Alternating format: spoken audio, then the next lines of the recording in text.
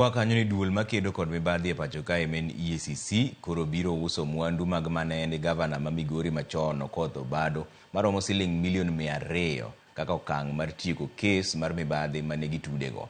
Maendi luwore kod winjruok mane Obado bedo godo kod doho kod EACC kendo doho bende nopuodho. Lydia Okeyo ni kod ler mar wachni. En bura ma oseyuare kuom kinde malach. Bura matudo gavana machon ma kaunti ma Migori Okoth Obado gi mibadhi mar $1.9 bilion.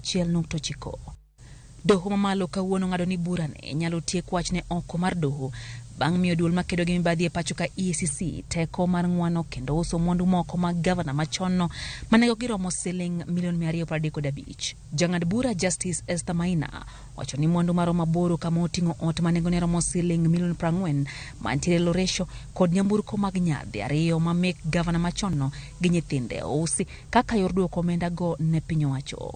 Mwandu mamoko magin mek gavana machon no mabende EACC dhi uso oting'o ot moro moger Wasweta motese ni Sunrise Center manego ne romo $88 million, ute dak ma ikombo mantie Wasweta Suna East manego giromo $57.6, ute 2 mantiere boma Nairobi e kar dak ma Greenspan manego giromo $9 million moro ka moro.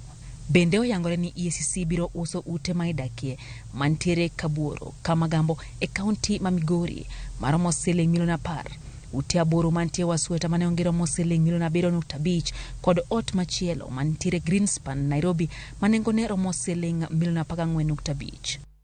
Nyamburko 2 ma ibiro usi gin nyamburko kido mar Land Cruiser mar namba mar ndikruok mar KCK 997W kod KCK 722B. Obado kod nyithinde 4 magin Evelyn Adhiambo, Dana Chola Okoth, Scarlett Susan Okoth kod Jerry Zachary Okoth kachiel kod jaohala Jared Kwaga ema kesne ne omako. Lydia Okeyo, Ramogi TV, Nairobi.